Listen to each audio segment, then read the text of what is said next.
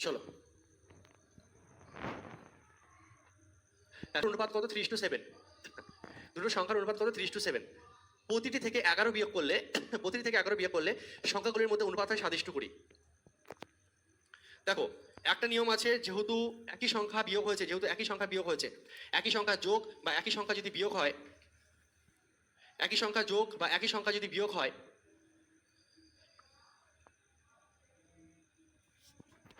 Simple আমরা কি বলছে, আগে ছিল 3:7, এখন হয়েছে 20। তাহলে দেখো, একই সংখ্যা বিয়োগ হয়েছে, একই সংখ্যা যোগ হয়েছে, তাহলে তুমি গ্যাপ সেম করে একটা নিয়ম তোমাকে আমি শিখিয়েছিলাম, যেটা তোমরা এজের অঙ্কে করেছো, দুদিকে গ্যাপ সেম করা, সেইভাবে একটা করতে পারো। আরেকটা নিয়ম হচ্ছে, দেখো তুমি কি করবে, ছিল 3:7, ঠিক আছে, দুটো প্রতিটি থেকে 11 বিয়োগ করলে সংখ্যাগুলোর মধ্যে অনুপাত হয় 7:20। ছিল 3:7, হয়েছে 7:20, এটা ভাবে লিখবে।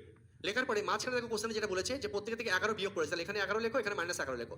যদি বলে কোশ্চেনে দুদিকেই যোগ করেছে, 11 যোগ হয়েছে দুটো ক্ষেত্রেই, তাহলে +11 লিখতাম। যদি বলতে 11 একদিকে যোগ হয়েছে, একদিকে বিয়োগ হয়েছে, একদিকে প্লাস একদিকে মাইনাস লিখতাম। এটা হচ্ছে একটা প্যাটার্ন, একটা ছাঁচ দিচ্ছি, হেভি সুন্দর একটা নিয়ম, দারুণ মজা লাগবে। দেখো, তাহলে প্রথম কাজ কি করবো, 3:7 ছিল, হয়েছে কত, কোশ্চেনে বলেছে 7:20 তৈরি হবে, লিখলাম।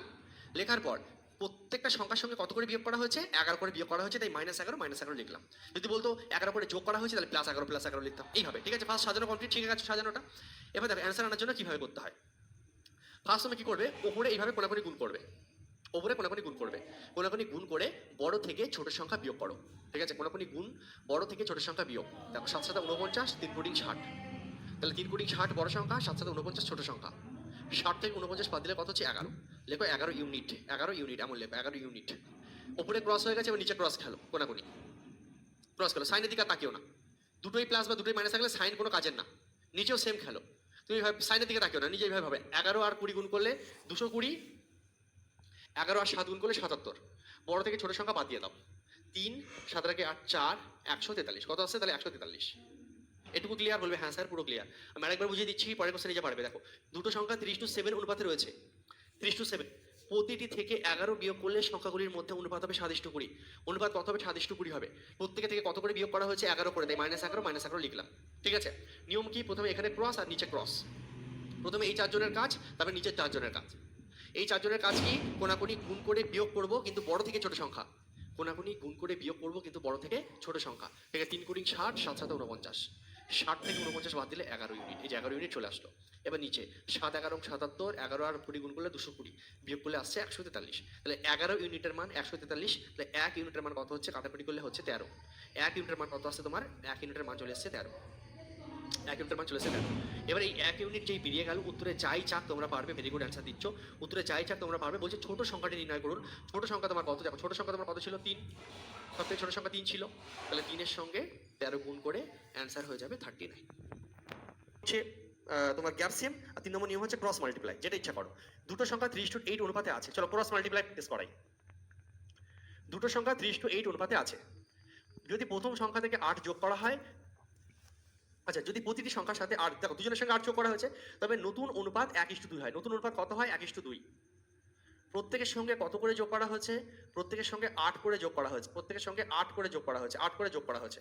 আমি তোমাকে কি শিখেছি? ক্রস মাল্টিপ্লাই যদি করো, তাহলে নিয়মটা কি, তোমার কি ছিল, কি হয়েছে, আর এখানে কি যোগ বিয়োগ হয়েছে, এটা নিচে লিখে দেবে। এবার খেলো, 8 একে 8, 3 দুগুণে 6, তাহলে 8 থেকে 6 বিয়োগ করলে কত? 2 ইউনিট।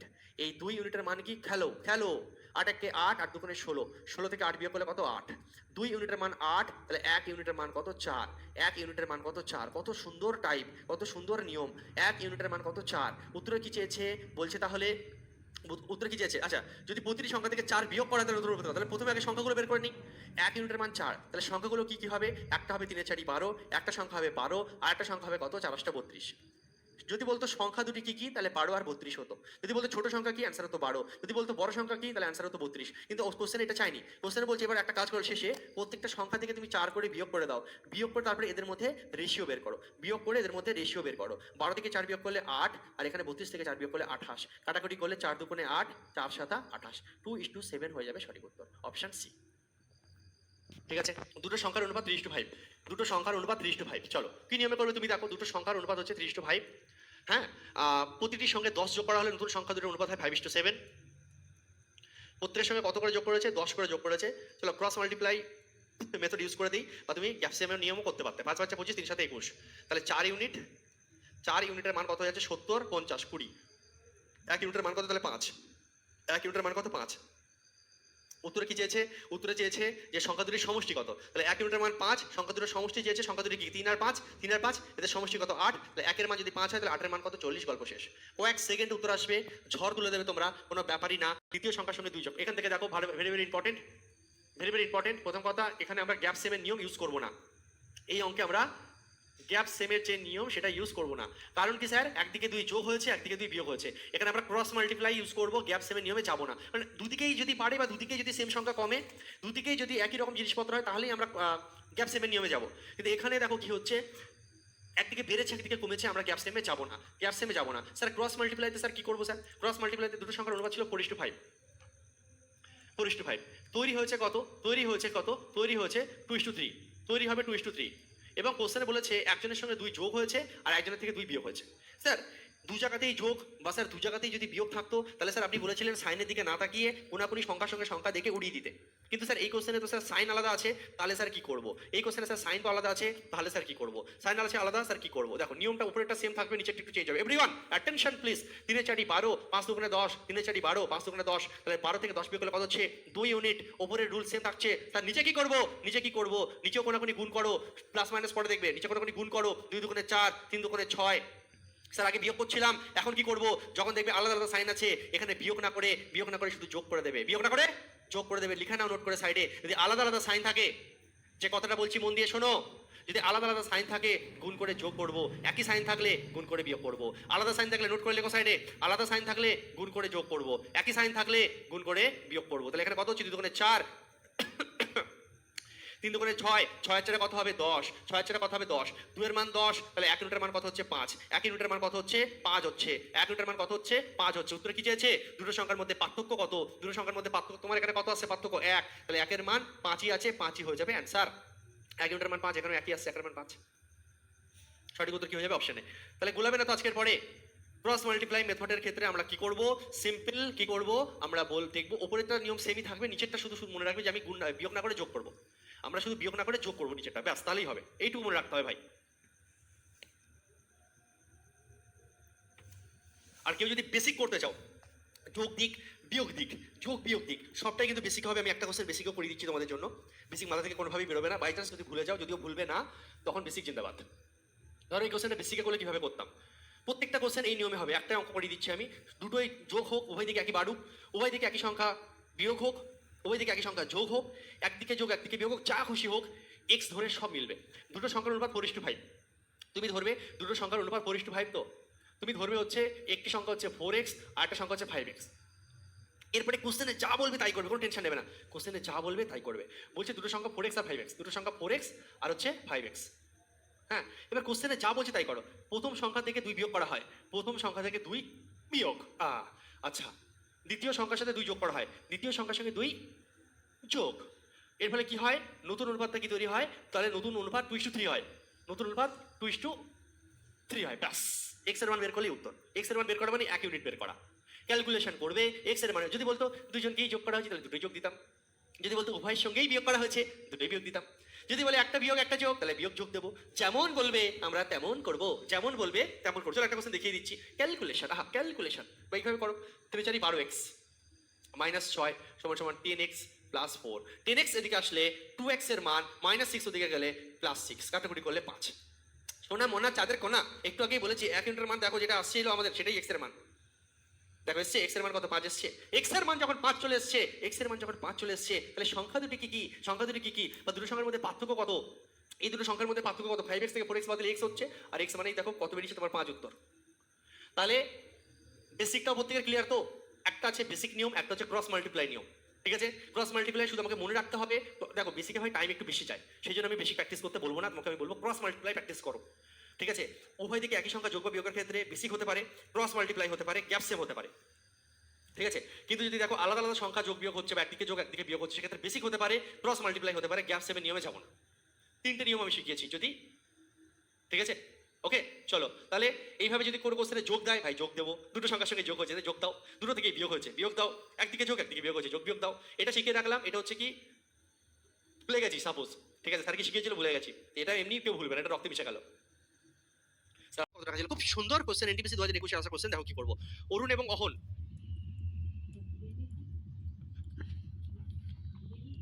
ওদের টাকার সমস্যার অনুপাত ছিল 9:5। ঠিক আছে, টাকার সমস্যার অনুপাত কত ছিল? 9:5। অরুণ যদি তার ভাগ থেকে অহনকে 12 টাকা দেয়, তাহলে অনুপাতটি 4:3 পরিবর্তন হয়। কত হচ্ছে? 4:3 হচ্ছে। অনুপাতটি কি হয়ে যাবে? 4:3 হয়ে যাবে। এবার এখানে মেন গল্পটা, অরুণ অহনকে 12 টাকা দেয়, তাহলে দেখো অরুণ অহনকে দিয়েছে, অরুণ অহনকে দিয়েছে মানে অরুণের পকেট থেকে টাকা বেরিয়েছে, অহনের পকেটে টাকা ঢুকেছে। অরুণ অহনকে দিয়েছে, তাহলে অরুণের থেকে 12 টাকা কমবে আর অহনের কাছে গিয়ে পকেটে 12 টাকা ঢুকবে। এটাই মেন খেলা অঙ্কের বোঝার।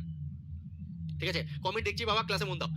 অরুণের থেকে 12 টাকা কমেছে, অহনের কাছে গিয়ে 12 টাকা জুড়েছে, তাই জন্য অরুণের কাছে মাইনাস, অহনের কাছে প্লাস। ঠিক আছে, যার থেকে টাকা বেরোয়, যার পকেট থেকে টাকা বেরোচ্ছে তার কাছে কমবে, যে নিচ্ছে টাকা তার কাছে টাকা বাড়বে। অরুণ এখানেই মেন গেল। এবার তুমি পারবে কি পারবে না? এবার তুমি পারবে কি পারবে না? তাহলে নিয়ম টাকের মতন হয়ে গেল। ঠিক আছে, ওই জন্য পাশাপাশি রেখেছি কোশ্চেনগুলোকে। এবার তুমি ক্রস মাল্টিপ্লাই শিখেছো, পারো। 3 নং 27, 4 5 20, তাহলে 7 ইউনিট। এটা কোনাকুনি কি হবে? 3 বারং 36, 4 রং 48, তাহলে 48 আর 36 বিয়োগ করবো কি না যোগ করবো, একটু আগে শিখেছি। মাইনাস প্লাস দু রকম সাইন থাকলে কি করতে হয়? যোগ করতে হয়। 8 6 14 4 হাতে হলো 1, 84। কত আসছে? 84। কত আসছে? 84। কত আসছে? 84। তাহলে 7 ইউনিটের মান 84, 1 ইউনিটের মান কত? 12। 1 ইউনিটের মান কত আসছে? 1 ইউনিটের মান চলে এসেছে আমাদের 12। 1 ইউনিটের মান কত আসছে? 12। 1 ইউনিটের মান 12 এসে উত্তরে যাচ্ছে। চাচা অরুণের কাছে প্রাথমিকভাবে কত টাকা ছিল? অরুণের কাছে প্রাথমিকভাবে কত টাকা ছিল? অরুণের কাছে প্রাথমিক প্রথমে কত ছিল? 9 ইউনিট। তো 1 এর মান 12, তাহলে 9 এর মান কত? 9 বারং 108। গল্প শেষ। সঠিক উত্তর অপশন বি, কোনো কথা হবে না। বাদ বাকি বেসিক জিন্দাবাদ, অসুবিধা নেই। বেসিকে তুমি কিন্তু চাইলে যদি মাথা না কাজ করতে এইভাবে, বেসিকে কিভাবে করতে? সিম্পল। অরুণ এবং অহনের টাকা সমস্যার উপর 9:5। অরুণ আর অহন কত ছিল? অরুণ আর অহনের টাকা সমস্যার উপর 9:5। 9:5। তুমি ধরো অরুণের কাছে টাকা আছে 9x টাকা, তুমি ধরো অরুণের টাকা হচ্ছে 9x আর অহনের টাকা হচ্ছে 5x টাকা। এবার কোশ্চেনে যেমন বলেছে সাজাবে, গল্প শেষ। ঠিক আছে, অরুণের কাছে 9x টাকা ছিল আর অহনের কাছে 5x টাকা ছিল। অরুণ 12 টাকা দিয়েছে আর অহনের কাছে 12 টাকা ঢুকেছে, সোজা হিসাব। এর ফলে নতুন অনুপাতে তৈরি হচ্ছে 4:3। এই যে অঙ্ক শেষ, ক্যালকুলেশন করবে উত্তর। ঠিক আছে, অরুণ 12 টাকা দিয়েছে, হ্যাঁ ঠিক আছে, অরুণ 12 টাকা দিয়েছে। অরুণ যদি তার ভাগ থেকে 12 টাকা দেয়, তাহলে অনুপাতটা পড়ছে। তাহলে এই 12 টাকা যদি দেয়, এর 12 টাকা কমবে, এর 12 টাকা যোগ হবে। অনুপাতটা কিভাবে করছে? ক্যালকুলেশন করবে, এক্স এর মান আনবে। এক্স এর মান এনে যেটা আসবে তার সঙ্গে ক্যালকুলেশন করবে। অরুণের কাছে প্রাথমিকভাবে কত টাকা ছিল? 9 টাকা ছিল। 9x এক্স এর মান যা আসবে 9 সঙ্গে গুণ করবে, গল্প শেষ। এক্স এর মান এখানে 12ই আসবে, বোঝা যাচ্ছে। ঠিক আছে, অরুণ বলছে স্যার আমার নামটা একটু নাও, নিলাম, খুশি, চলো নেক্সট কোশ্চেন। ঠিক আছে, চাকরি পাও, তোমার নাম এমনি নেবো, ওকে, তখন রিকোয়েস্ট করতে হবে না স্যার নাম নিন। ছাত্রদের মোট সংখ্যা 1600 এবং ছেলে ও মেয়েদের সংখ্যার অনুপাত 11:9। এই অনুপাত 4:3 করতে বিদ্যালয়ে আর কতজন ছেলেকে ভর্তি করতে হবে? কোশ্চেনের মানে আগে ভালো করে বোঝো। একটি বিদ্যালয়ের ছাত্রদের মোট সংখ্যা 1600, মোট ছেলেপিলে 1600 পিস আছে। ছেলে ও মেয়েদের সংখ্যার অনুপাত 11:9। এই অনুপাত 4:3 করতে, আহা কি সুন্দর, ছেলে এবং মেয়েদের অনুপাত, ছেলে এবং মেয়েদের অনুপাত 11:9। এই অনুপাতকে 4:3 করতে, এই অনুপাতকে বলছে 4:3 করতে, এই অনুপাতকে 4:3 করতে বিদ্যালয়ে আর কতজন ছেলেকে ভর্তি করতে হবে? বিদ্যালয়ে আর কতজন ছেলেকে ভর্তি করতে হবে? তাহলে এই কোশ্চেনের মেন খেলাটা কি? এই কোশ্চেনের মেন জায়গা যেটা বোঝা, সব থেকে সহজ নিয়ম আমি তোমাকে শেখাবো। মোট ছেলেপিলে 1600, ঠিক আছে, খুব ভালো কথা। এবার বলছে ছেলে মেয়ের অনুপাত ছিল 11:9, পরে হয়েছে 4:3। এবার বিষয় হচ্ছে অঙ্কে যেটা বোঝার জিনিস, অঙ্কে ক্লিয়ারলি বলে দিয়েছে যে এই নতুন অনুপাতে তৈরি করতে বিদ্যালয়ে আর কতজন ছেলেকে ভর্তি করতে হবে। তাহলে বোঝার জায়গা যেটা, যে বিদ্যালয়ে আর কত ছেলেকে ভর্তি করতে হবে, এখানে তো মেয়েদের সম্বন্ধে কিছু বলা হয়নি। তার মানে বিদ্যালয়ে যদি ছেলে ভর্তি হয়, বিদ্যালয়ে যদি ছেলেরা ভর্তি হয়, তার মানে কি মেয়েরা কোনো চেঞ্জেস হয়নি? ঠিক আছে, মেয়েরা কোনো চেঞ্জেস হয়নি, মেয়েরা যা ছিল তাই আছে, ওকে।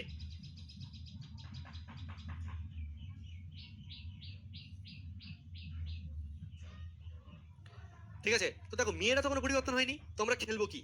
আমরা তো মেয়েরা তো পরিবর্তন হয়নি, মেয়েরা তো পরিবর্তন হয়নি, কিন্তু কোশ্চেন অনুযায়ী দেখছি মেয়েরা ছিল 9, এখন হয়ে গেছে 3। হ্যাঁ, কি গন্ডগোল? গন্ডগোল এটাই অঙ্কের মেন খেলা। আরে ভাই, ছেলে এক্সট্রা আনা হয়েছে, মেয়ে তো আনা হয়নি, তা মেয়ের সংখ্যা চেঞ্জ কেন হয়েছে? খেলবো না আমরা? মেয়েকে সমান করো, মেয়েকে সমান করো, মেয়েরা 9 ছিল, 9 বানাও। তাহলে ছেলেদের কিচ্ছু কিচ্ছু ভাববো না, আমরা অঙ্কে মেয়েটাকে সেম করবো। কারণ কোশ্চেন অনুযায়ী আমাদের কমন সেন্স এটা বলছে যে ছেলে ভর্তি হয়েছে, ছেলে আনা হয়েছে, মেয়ে যা ছিল তাই থাকবে। তাহলে মেয়ে এক জায়গায় 9, এক জায়গায় 3 কেন? মেয়েকে সেম বানাও। তাহলে এই 3কে যদি 9 বানাতে চাই, তাহলে এদের দুজনের সঙ্গে কত গুণ করতে হবে? 3 গুণ করতে হবে, কারণ একে 9 বানানোর জন্য 3 গুণ করতে হবে। যখন এর সঙ্গে গুণ হবে অটোমেটিক এর সঙ্গে গুণ হবে, এটা আমরা জানি, শিখেছি, বুঝেছি। তাহলে কি করলাম? এটা হয়ে গেল 12:9, কাটা কেটে দিচ্ছে, এটা 12:9, কত হয়ে গেল? 12:9, কত হয়ে গেল? 12:9, ব্যাস। কি সুন্দরভাবে আমাদের মেয়েটা সেম সেম হয়ে গেল। এবার অঙ্কটা লাইনে এসছে, তার মানে এখান থেকে বুঝতে পারছি মেয়ে যা ছিল তাই আছে। ছেলে 11 থেকে 12 ইউনিট হয়েছে, মানে 1 ইউনিট বেড়েছে। ছেলে কি হচ্ছে? 1 ইউনিট বেড়েছে। ওরা কোশ্চেনে বলছে, কত ছেলে ভর্তি হয়েছে। আচ্ছা, এবার দেখো কোশ্চেনে ক্লিয়ারলি বলেছে টোটাল ছেলে পিলে 1600, আমাদের হিসাবে টোটাল ছেলেপিলে কত? আমাদের হিসাবে টোটাল ছেলেপিলে কত? 11 আর 9 20, 11 আর 9 20। এটা ছিল, নিচের দিকে তাকিও না, এটা তো ছিল, এটা পরে হয়েছে। 11 9 20টা ছেলেপিলে ছিল, তাহলে 20 এর মান 1600। উত্তরে কি চেয়েছে? কত পিস ছেলেপিলেকে ভর্তি করানো হয়েছে, কত পিস ছেলেপিলে ভর্তি হয়েছে, ছেলে ক পিস ভর্তি হয়েছে, 1 ইউনিট ভর্তি হয়েছে, তাহলে 1 এর মান কাটাকুটি করলে 0 0 কেটে গেল 80, তাহলে 80 জন ছেলে ভর্তি হয়েছে, কাহিনী খতম। Option D. চলো, আচ্ছা একটি বিদ্যালয়, এটা ছাত্রদের জায়গায় না ছাত্রছাত্রী করে দাও, ঠিক আছে? ছাত্রদের মোট সংখ্যা 1600 না দিয়ে এটা লিখে দাও ছাত্রছাত্রীদের, মানে মোট, ঠিক আছে? একটি বিদ্যালয়ের মোট সংখ্যা এটা কেটে দাও, ছাত্রদের না কেটে মেল প্লাস ফিমেল মিলিয়ে আছে, হ্যাঁ মেল প্লাস ফিমেল, মোট ছাত্রদের সংখ্যা, মোট মোট সংখ্যা। এই দেখো এখানে লেখা আছে কি স্টুডেন্টস, ইংলিশে দেখো স্টুডেন্টস লেখা আছে, তার মধ্যে ছেলে মেয়ে সব পড়ে, হ্যাঁ ছাত্র কথাটা ঠিক না, ছেলে এবং মেয়েদের সংখ্যার অনুপাত, ঠিক আছে? চলো নেক্সট কোশ্চেন আমরা এগিয়ে যাবো। 188 কি বলছে, চলো ট্রাই করো।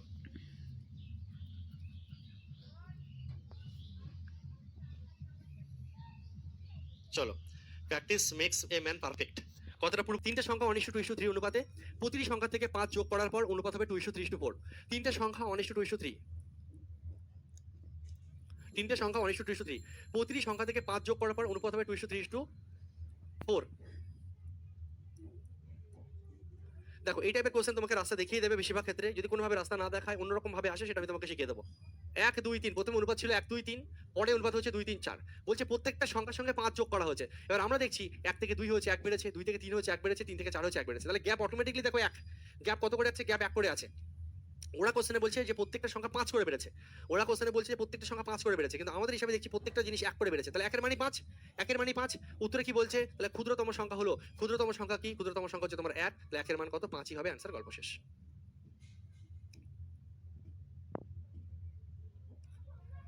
একজন বলছে স্যার জিডি কোশ্চেন একটু বেশি করে করেন। আরে ভাই, শিক্ষার্থীদের সংখ্যার অনুপাত কত? 3:4:5, 3:4:5, ঠিক আছে? যদি প্রতি শ্রেণীতে 20 জন শিক্ষার্থী বাড়ানো হয় তাহলে ওই শ্রেণীর অনুপাত 4:5:6, 4 5 6, ঠিক আছে? তাহলে প্রত্যেকটা দেখো 1 করে বেড়েছে, প্রত্যেকটা 1 করে বেড়েছে। ওরা বলছে কত বেড়েছে? 20 জন বেড়েছে, 20 জন, ওরা বলছে 20। তাহলে তোমার যেটা, ওরা যেটা বলছে 20, আমাদের তো 1 করে বেড়েছে, আমাদের 1 করে বেড়েছে, ওরা বলছে 20, তাহলে 1 এর মানে 20। উত্তরে কি চেয়েছে? বলছে একত্রে ওই ক্লাসে ছাত্রদের আসল সংখ্যা কত, একত্রে মোট ছেলেপিলের সংখ্যা কত, মোট কতজন ছিল? 5 আর 4 9 আর 3 12, তাহলে 240 জন ছেলেপিলে ছিল, ব্যাস গল্প শেষ। নিমেষে উত্তর করে দেবে অপশন সি। সুরেশের আয়ের অনুপাত 3:4, রমেশ এবং সুরেশের ব্যয়ের অনুপাত 2:3, প্রত্যেকে 200 টাকা সঞ্চয় করে, রমেশ এবং সুরেশের আয় নির্ণয় করো। এখান থেকে আমি আয় ব্যয় রিলেটেড কোশ্চেন তোমাদেরকে শুরু করাচ্ছি, আয় ব্যয় রিলেটেড কোশ্চেন, ঠিক আছে? আয় ব্যয় এবং খরচ রিলেটেড কোশ্চেন, হ্যাঁ, ইনকাম সেভিং এবং এক্সপেন্ডিচার, ওকে? আয় ব্যয় এবং খরচ রিলেটেড কোশ্চেন। রমেশ এবং সুরেশের আয়ের অনুপাত 3:4, রমেশ এবং সুরেশের আয়ের অনুপাত 3:4, রমেশ এবং সুরেশের আয়ের অনুপাত হচ্ছে 3:4, রমেশ এবং সুরেশের আয়ের অনুপাত হচ্ছে 3:4, রমেশ এবং সুরেশের ব্যয়ের অনুপাত 2:3, এটা আয় মানে ইনকাম, ইনকামের অনুপাত 3:4, ঠিক আছে? খরচ, খরচ মানে এক্সপেন্ডিচার, খরচের ব্যয়, ব্যয় ব্যয়, ওকে? এক্সপেন্ডিচার, খরচের অনুপাত কত? খরচের অনুপাত হচ্ছে, ব্যয়ের অনুপাত হচ্ছে 2:3, ব্যয়ের অনুপাত কত হচ্ছে? 2:3, ঠিক আছে? আচ্ছা, প্রত্যেকে 200 টাকা করে সঞ্চয় করে, প্রত্যেকে 200 টাকা করে সঞ্চয় করে। দেখো একটা জিনিস আগে তোমাকে আমি শিখিয়ে নিই একটু। দেখো আয় ব্যয় এবং খরচ রিলেটেড কোশ্চেনে একটাই কনসেপ্ট, তুমি যে ইনকাম করো, তুমি যে ইনকাম করো, এই ইনকামটা হয় তুমি সেভিংস করবে কিছুটা, আর কি করো? খরচা করো, এটাই তো করো। এর বাইরে কিছু করো? ভেবে দেখো, চাকরি পেয়েছো, স্যালারি পেয়েছো, স্যালারি পেয়ে গেলে স্যালারিটা নিয়ে কি করবে? স্যালারিটা নিয়ে কি করবে? কিছু তুমি জমাবে, সেভিংস করবে, প্রথম স্যালারি কিছু ব্যাংকে রাখবে, ঠিক আছে? কিছু তুমি কি করবে? প্রথমে তুমি সেভিংস করলে কিছুটা, স্যালারি থেকে সেভিংস করলে কিছুটা, কিছুটা তুমি কি করবে? খরচা করবে। সবাইকে জামা প্যান্ট কিনে দিচ্ছ, কিছু খাওয়াচ্ছ, মিষ্টি মিষ্টি নিয়ে আসো বাড়িতে, প্রথম স্যালারি মা বাবাকে জামা প্যান্ট কিনে দিচ্ছ, গার্লফ্রেন্ডকে জামা প্যান্ট কিনে দিচ্ছ, ঠিক আছে? নিজের জন্য কিছু কিনলে। তো তুমি কি করছো? এই যে স্যালারিটা তুমি ইনকাম করলে সেটাকে তুমি কি করলে, ঠিক আছে? তুমি সেই ইনকামটাকে তুমি কি করলে? প্রথম ইনকামে একদম একদম ধরো তোমার স্যালারি ঢুকেছে 45,000 টাকা, তো কি করবে ইনকামটাকে নিয়ে? ইনকামটাকে নিয়ে তুমি সেভিংস করবে কিছুটা, আর বাদ বাকিটা তুমি কি করবে? খরচা করবে। তাহলে ইনকামকে নিয়ে আমি অলওয়েজ কি করি? ইনকামটাকে আমরা সেভিংস আর খরচ, তার মানে এখান থেকে বুঝলাম যে সেভিংস, সেভিংস আর এক্সপেন্ডিচার, অর্থাৎ খরচ এবং জমানো, এই দুটোর যোগফলই হচ্ছে আমার ইনকাম। এটাই তো করি, ইনকাম নিয়ে এই দুটো জিনিসই করি আমরা, ঠিক আছে? ওকে, ঠিক আছে। কেউ বলছো, একজন লিখেছে স্যার দান করবো, যে দানটাকে তুমি খরচ হিসেবে নেবে, তাই তোমার পকেটে থাকছে না মানে খরচা হয়ে গেল তোমার, তুমি দান করে দিলে মানে কি? ওকে, তাহলে তোমার সঙ্গে একবার দেখা করবো, চাকরি পেয়ে একবার দেখা করতে আসো, বেশি খুশি হবো। ওকে চলো। ভাবতেই কেমন লাগছে 45,000 টাকা, আরে ভাই কোনো ব্যাপার না, কোনো ব্যাপারই না। কটা দিন বেশি পরিশ্রম করো, কটা দিন বেশি পরিশ্রম করো, ঠিক আছে? 45,000 কি 70,000 80,000ও ইনকাম করতে পারবে, কোনো ব্যাপার না, পরিশ্রম করো, ঠিক আছে? কোনো ব্যাপার নাকি ভাই? কেউ যদি সিরিয়াসলি একটা বছর ভালো করে দেয় না, সে হাই লেভেলের পরীক্ষা ক্র্যাক করে ফেলবে, কোনো ব্যাপার না। পড়ি না আমরা, আমরা পড়ি না বলে চাকরি হয় না। আরে ভাই পড়ো, চাকরি হবে, যে পড়ে সে নিয়ে নেয় চাকরি, আর তুমি আঙুল চষো। তাহলে ইনকাম 3:4, খরচা হচ্ছে 2:3, তুমি বিভিন্ন রকম নিয়ম এটা করতে পারো। দেখো রমেশ এবং সুরেশের আয় নির্ণয় করতে বলেছে, দেখো এই টাইপের কোশ্চেন কিভাবে করবে। ঠিক আছে, তোমার ক টাকা করে সঞ্চয় হয়েছে, 200 টাকা করে সঞ্চয় হয়েছে। তুমি একটা কাজ করবে, ইনকাম আর খরচের রেশিওটা লিখলে, ঠিক আছে, ইনকাম আর খরচের রেশিও লিখবে, কত টাকা করে সঞ্চয় হচ্ছে, 200 টাকা করে, 200 টাকা করে, এই যে খরচ যেটা হচ্ছে না, যেটা খরচ হচ্ছে তুমি এখানে লিখে দাও, 200 টাকা করে সঞ্চয় হচ্ছে, 200 টাকা করে সঞ্চয় হচ্ছে, এই 200 আর 200 এখানে লিখবে, লিখে একটু আগে যে নিয়ম শিখেছো নিয়ম ইউজ করো, ইনকাম আর খরচের রেশিওটা লিখবে, যেটা সঞ্চয় হচ্ছে নিচে লিখবে, তবে যে সঞ্চয়টা হচ্ছে নিচে লিখবে, লিখে এবার কোনাকুনি খেলো, একই নিয়ম একটু আগে শিখেছি, 3 3 নয় 4 2 8, 1 ইউনিট, 1 ইউনিটের মান কত হবে, 3 2 6 মানে 600 আর 400, 600 থেকে 400 বিয়োগ করলে কত হচ্ছে, 200 হয়ে গেছে, 1 ইউনিটের মান কত, 200, 1 ইউনিটের মান কত, 200, 1 ইউনিটের মান কত, 200, উত্তর কি চাইছে, রমেশ এবং সুরেশের আয় নির্ণয় করো, রমেশ এবং সুরেশের আয় নির্ণয় করো, এই যে ইনকাম, রমেশের ইনকাম 3 ইউনিট, তাহলে রমেশের ইনকাম 3 ইউনিট, তাহলে 1 ইউনিটের মান 200, 3 এর মান কত হয়ে যাবে, 600, তাহলে রমেশের ইনকাম কত হবে, রমেশের ইনকাম হবে হচ্ছে 600, রমেশের ইনকাম হবে 600, আর আমাদের সুরেশ নাকি ছিল, হ্যাঁ সুরেশের ইনকাম কত হবে ভাই, সুরেশের ইনকাম কত হবে, সুরেশের ইনকাম হবে 400 2 800, সুরেশের ইনকাম কত হয়ে যাবে, রমেশের ইনকাম 600, সুরেশের ইনকাম হয়ে যাবে 800, অপশন এ। ওকে, ক্লিয়ার প্রত্যেকের, রমেশ এবং সুরেশের ইনকাম কত হবে, 600 এবং 800, বোঝা গেল। তাহলে ইনকামটা লিখবো, খরচাটা লিখবো, সঞ্চয়টা এখানে লিখবো, লেখার পর ক্রস মাল্টিপ্লাই মেথড একটু আগে যা শিখেছি ইউজ করবো, 1 ইউনিটের মান বেরিয়ে যাবে, উত্তরে তারপরে চেয়েছে রমেশের ইনকাম কত, 3 2 6 মানে 600 টাকা, সুরেশের ইনকাম কত 4 ইউনিট, 4 গুণ 200 800 টাকা, কোনাকুনি গুণ, ব্যাস গল্প শেষ। ইনকাম আর যে খরচের রেশিওটা লিখবো, সঞ্চয়গুলো নিচে লিখবো, ক্রস মাল্টিপ্লাই করবো, গল্প শেষ।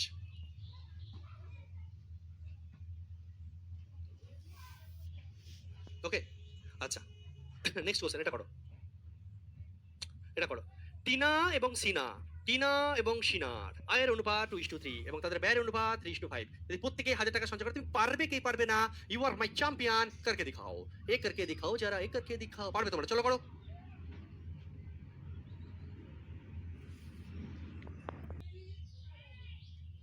টিনা সিনা মিনা যাতে আমরা না করতে পারি, যাতে তোমার মনের কথা তুমি আমাকে ক্লিয়ারলি বলতে পারো, তার জন্য। আচ্ছা, তোমাদেরকে একটু আমি জাস্ট দেখাচ্ছি, তোমাদের মনে অনেক রকম ব্যাপার থাকতে পারে যে স্যার কিরকম কি হয়, হ্যাঁ আমরা যে শিখছি, যে লেভেল শিখছি, সেই লেভেলটার কোন লেভেলে আমরা যাচ্ছি, দেখো আমি তোমাদেরকে একটু দেখাচ্ছি। এটা হচ্ছে আমার পুলিশ ফাউন্ডেশন ব্যাচ, নতুন যে পুলিশ ফাউন্ডেশন ব্যাচ লঞ্চ হচ্ছে, সেই পুলিশ ফাউন্ডেশন ব্যাচের মানে পিডিএফ, দেখো দেখো H2C বের করা তোমরা শিখেছিলে কি শেখনি, দেখো H2B H2C বের করা, দেখছো এখানে, দেখো H2C বের করা, কলকাতা পুলিশের কোশ্চেন দেখতে পাচ্ছ, তারপরে দেখো জিডির কোশ্চেন H2B H2, এই যে C2D H2C বের করা, এগুলো শিখেছিলে কি শেখনি, তোমাদের কাছে এই কোশ্চেনগুলো বাচ্চা কিনা বলবে শুধু একটু। SSGD 2023 আসা কোশ্চেন দেখতে পাচ্ছ, C2A বের করা, এই যে প্রথমে সব H2B H2C এর অঙ্ক, ফুড এসে 2024 কোশ্চেন, ঠিক আছে, এইবার এগুলো শিখেছো কি শেখনি, এই যে AB BC, ঠিক আছে, এই ধরনের জিনিস শিখেছো তোমরা প্রত্যেকে। ওকে, তো জাস্ট আমি একটু চোখ বোলাচ্ছি, দেখো দেখো চেঞ্জ হতে এত টাইম লাগে, এত বড় পিডিএফ না, দেখো এই টাইপের কোশ্চেনগুলো তোমরা সব শিখেছো কি, সেটা কলকাতা পুলিশ দেখছো, এটা আমার পুলিশ ফাউন্ডেশন ব্যাচের। ওকে, দেখো জিডির কোশ্চেন, দেখো জিডি, একটু ট্যাগের দিকে দেখো, বাদ বাকি তোমাদের সব চেনা টাইপ, ঠিক আছে, এখানে কোশ্চেন কম থাকে, তোমাদের বেশি থাকে, কারণ জিডি পুলিশে এত লাগে না। দেখো ফুড এসআই, বুঝতে পারছো কোন লেভেলটা থাকে এখানে, জিডি 2024 দেখতে পাচ্ছ, শুধু ট্যাগগুলোর দিকে তাকাও, আমি পরপর ঘোরাচ্ছি, দেখো। ওকে, দেখছো অনেক কোশ্চেন তো, যার কারণে পিডিএফটা খুলতে চাইছো না, বুঝলে। টোটাল আমাদের পুলিশ ফাউন্ডেশন ব্যাচে দেখো, উফ, ভুলেও ঝামেলায় পড়ে গেলাম মনে হচ্ছে, ভাবলাম একটু সবাইকে দেখো, বাচ্চাই দেখো, দেখো 163টা কোশ্চেন পুলিশ ফাউন্ডেশন ব্যাচে, রেশিও শেষ হয়ে গেছে, এবং এর মধ্যে এজের কোশ্চেন রয়েছে, তাহলে পুলিশ ফাউন্ডেশন বা জিডির কোশ্চেনগুলোর ক্ষেত্রে আমাদের এত হাই লেভেল লাগে না, এর মধ্যে এজের কোশ্চেন প্লাস তোমার হচ্ছে পুলিশ ফাউন্ডেশনের, মানে আমাদের এই লেভেল কমপ্লিট, মানে এটা রাজ্যের যে কোনো পরীক্ষা, পুলিশের যে কোনো পরীক্ষা, জিডির পরীক্ষা সব কভার করে দিয়েছে। 163টা কোশ্চেনের মধ্যে আমার পুলিশ বলো, জিডি বলো, আমাদের ওয়েস্ট বেঙ্গলের যে কোনো পরীক্ষা বলো, এবং তার সঙ্গে সঙ্গে আমাদের এসএসসি জিডি, এগুলো সব কভার হয়ে গেছে উইথ এজের কোশ্চেন সহ।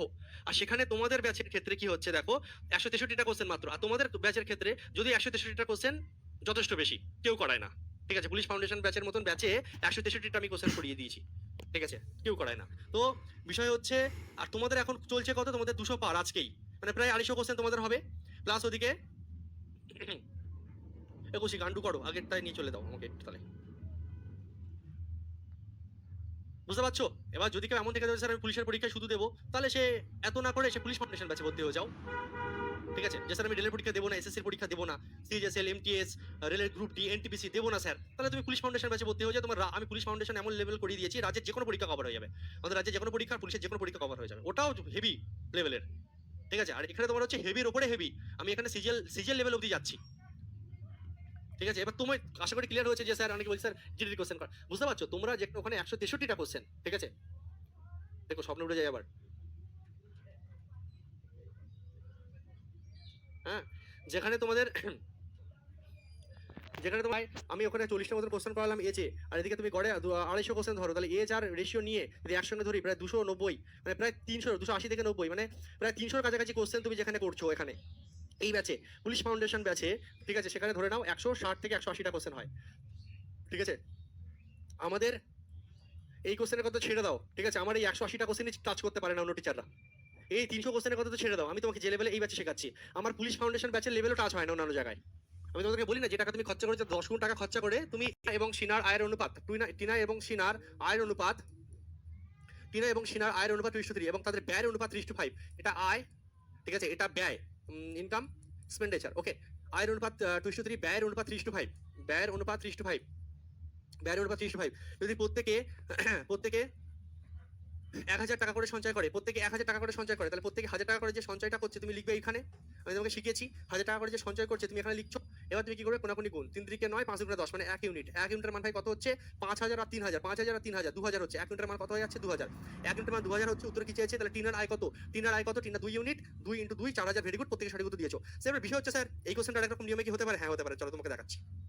আরে মেয়ে হু না টেন্সন लेने का नहीं भाई साहब, सब कुछ तुम सीख जाओगे, सबे तो रेशियो।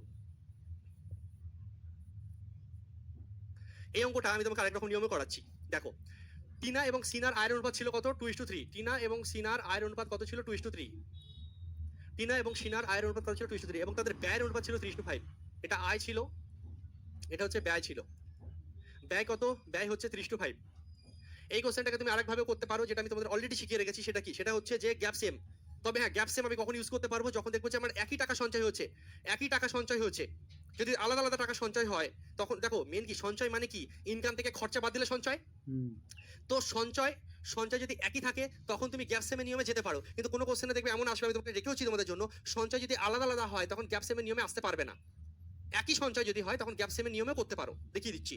গ্যাপ সেমের নিয়ম কি, 2 থেকে এখানে 3, এখানে 3 থেকে 5, আলাদা আলাদা গ্যাপ, এখানে 1 এর গ্যাপ, এখানে 2 এর গ্যাপ, 9 সেভি হচ্ছে গ্যাপ সেম বানাও। গ্যাপ সেম বানানোর নিয়ম কি ভাই, নিচের গ্যাপ উপরে গুণ আর উপরের গ্যাপ নিচে গুণ, বানাও আরেকবার, তাহলে টিনা সিনার ফাইনাল কি আছে, 2 দুগুণে 4, 3 দুগুণে 6, ঠিক আছে, 3 একে 3, 5 একে 5, গ্যাপ সেম হলো কি হলো না, 6 থেকে 5, 4 থেকে 3, দেখো গ্যাপ সেম হয়ে গেছে, 6 থেকে 5 মানে কত বেড়েছে 1 ইউনিট, 1 ইউনিট, ওরা কোশ্চেনে বলছে 1000 টাকা সঞ্চয় করে, 1000 টাকা সঞ্চয় করে, তাহলে আমাদের যেটা 1 ওদের 1000, তাহলে আমাদের যেটা 1 কমেছে, ওরা বলছে 1000 টাকা সঞ্চয় হচ্ছে, কারণ কি দেখো ইনকাম খরচা, ইনকাম খরচা, তাহলে ইনকাম 6 টাকা করেছি, 5 টাকা খরচা করেছি, 1 টাকা সঞ্চয়, ওরা বলছে সঞ্চয় 1000 টাকা, তাহলে আমাদের 1 এর মান কত 1000, দুজনের একই সঞ্চয়, দেখো 4 থেকে 3 এই জন্য 1, 6 থেকে 5 1, দুজনের সঞ্চয়টা একই হওয়া চাই, সেই জন্য তখন আমি ডিফারেন্স মেথড ইউজ করতে পারছি, কারণ এদিকেও দেখো 1 এর গ্যাপ, এদিকেও 1 এর গ্যাপ, যদি সঞ্চয় আলাদা আলাদা হতো তখন তো আমরা এই নিয়ম ইউজ করতে পারতাম না। আমার কথার মানে ক্লিয়ার হলো, হ্যাঁ স্যার, তাহলে 1 এর মান 1000, 1 এর মান 1000, ঠিক আছে, তাহলে টিনার আয় কত,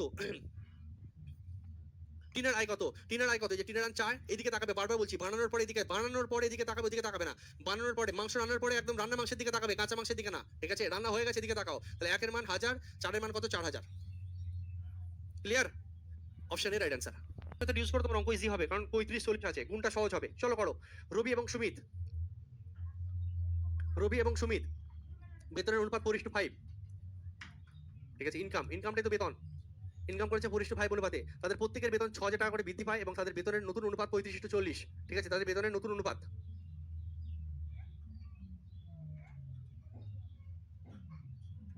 আচ্ছা প্রত্যেকের বেতন 6000 টাকা, এই টাইপের অঙ্ক একটু আগে আমরা করেছি, এই টাইপের অঙ্ক একটু আগে আমরা করেছি, প্রত্যেকের বেতন 6000 টাকা করে বেড়েছে, নতুন ইনকাম তার কত, নতুন ইনকাম তার কত, ঠিক আছে, নতুন ইনকাম তার হয়ে গেছে কত, নতুন ইনকাম হচ্ছে 35:40, এই টাইপের অঙ্ক আমরা একটু আগে করেছি। টোটাল দুজনেরই 6000 টাকা করে বেড়েছে, তাহলে গ্যাপ সেম, একই টাকা বেড়েছে, একই টাকা বেড়েছে, যে নিয়ম ইনকামের অঙ্ক দিয়ে দিয়েছে, তাহলে নতুন ইনকাম এত হচ্ছে, তাহলে গ্যাপ সেম করো, গ্যাপ সেম করার জন্য এখানে দেখছি 1 এর গ্যাপ, এখানে গ্যাপ সেম করার জন্য এখানে দেখছি 1 এর গ্যাপ, এখানে দেখছি 5 এর গ্যাপ, ঠিক আছে, তাহলে নিচের গ্যাপকে উপরে গুণ করে দেই, 5 এর গ্যাপ এখানে 5 গুণ করে দেই, আর উপরের গ্যাপ কত 1, নিচে তাহলে 1 গুণ, তাহলে ফাইনালি কি আসছে, ফাইনালি আসছে 4 5 20 আসছে, এটা এটা আসছে কত 25, এটা আসছে কত 35, ঠিক আছে, এটা আসছে কত 40, ওকে, তাহলে তাহলে দেখো গ্যাপ সেম হয়ে গেছে, আর দেখো 20 আর 15 35 গ্যাপ সেম, তাহলে ওরা বলছে 6000 টাকা করে বেড়েছে, আমাদের বেড়েছে কত 15, উত্তরে কি চেয়েছে এখানে হবে, উত্তরে কি চেয়েছে সুমিতের বর্ধিত বেতন কত, এভরিওয়ান অ্যাটেনশন প্লিজ, বর্ধিত বেতন চেয়েছে, বর্ধিত, তাহলে কত গুণ হবে, এখানে যদি বলতো সুমিতের বেতন কত তাহলে 25 গুণ করতাম, কিন্তু যেহেতু বলেছে বর্ধিত বেতন বাড়ার পরের বেতন তাই 40 গুণ হবে, বাড়ার পরের বেতন বলেছে তাই 40 গুণ হবে, এভরিওয়ান। যদি বলতো শুধু বেতন কি তাহলে 25, বেতন ছিল 25 হয়ে গেছে 40, বলেছে বর্ধিত বাড়ার পরে কি হয়েছে, এভরিওয়ান মাথায় রাখবে, কোশ্চেন ভালো করে পড়বে। যদি বলতো শুধু বেতন কি তাহলে 30 গুণ হতো এখানে, যেহেতু বলেছে বা বেতন কত ছিল 25 গুণ হতো, বলেছে বাড়ার পরে বর্ধিত বেতন কত, বর্ধিত বাড়ার পরে বেতন কত, তাহলে হবে এখানে গুণ কত 40, ঠিক আছে। তাহলে 4×15 60, 4×15 60, এখানে হয়ে গেল 400, তাহলে 4 4 16, 16,000 হয়ে যাবে আমাদের সঠিক উত্তর, option option option A right answer. ভুল করে কেউ ডি মেরো না, একটা শূন্য বেশি আছে, এভরিওয়ান অ্যাটেনশন প্লিজ। নেক্সট চলো এটা করো, জিডি 2021 আসা কোশ্চেন। দেখো এই কোশ্চেনটা দেখো কি সুন্দর কোশ্চেন, আমি তোমাকে সব শেখাবো, শুধু জ্ঞান মারবো না মুখে, আমি তোমাকে প্র্যাকটিস করে দেবো ক্লাসেই, এত না তুমি এমনি পারবে। দেখো আমি তোমাকে বলেছি না যে যদি সঞ্চয় একই হয় তাহলে তুমি ডিফারেন্স মেথডে যেতে পারো, কিন্তু সঞ্চয় যদি আলাদা আলাদা হয় তাহলে ক্রস মাল্টিপ্লিকেশনেই থাকবে, কোনো কথা হবে না। এখানে দেখো সঞ্চয় আলাদা আলাদা, সঞ্চয় আলাদা আলাদা টাকা আছে, কোনোভাবে ডিফারেন্স মেথডে যাবে না, ক্রস মাল্টিপ্লিকেশন মেথডেই থাকবে। রামু এবং সমু, রামু আর সমু, রামু এবং সমুর মাসিক আয়ের অনুপাত 6:5, রামু এবং সমুর মাসিক আয়ের অনুপাত 6:5, ঠিক আছে। তাদের ব্যয়ের অনুপাত, ঠিক আছে, খরচের অনুপাত কত, তাদের ব্যয়ের অনুপাত হচ্ছে 7:6, তাদের ব্যয়ের অনুপাত কত, তাদের ব্যয়ের অনুপাত হচ্ছে 7:6। মাসের শেষে রামু ও সমু যথাক্রমে 1500 টাকা এবং 1000 টাকা সঞ্চয় করে, 1500 টাকা এবং 1000 টাকা সঞ্চয় করে, ঠিক আছে। পিডিএফ বেশি হয়ে যাওয়ার পর একটু হ্যাং করছে। 1500 এবং 1000, 1500 এবং 1000 টাকা সঞ্চয় করে। রামুর দেখো আলাদা আলাদা সঞ্চয়, ডিফারেন্স মেথডেই যাবে, কোনো কথা হবে না। 5 7 35, 6 7 42, ঠিক আছে, তাহলে 35 7 ইউনিট, ওকে।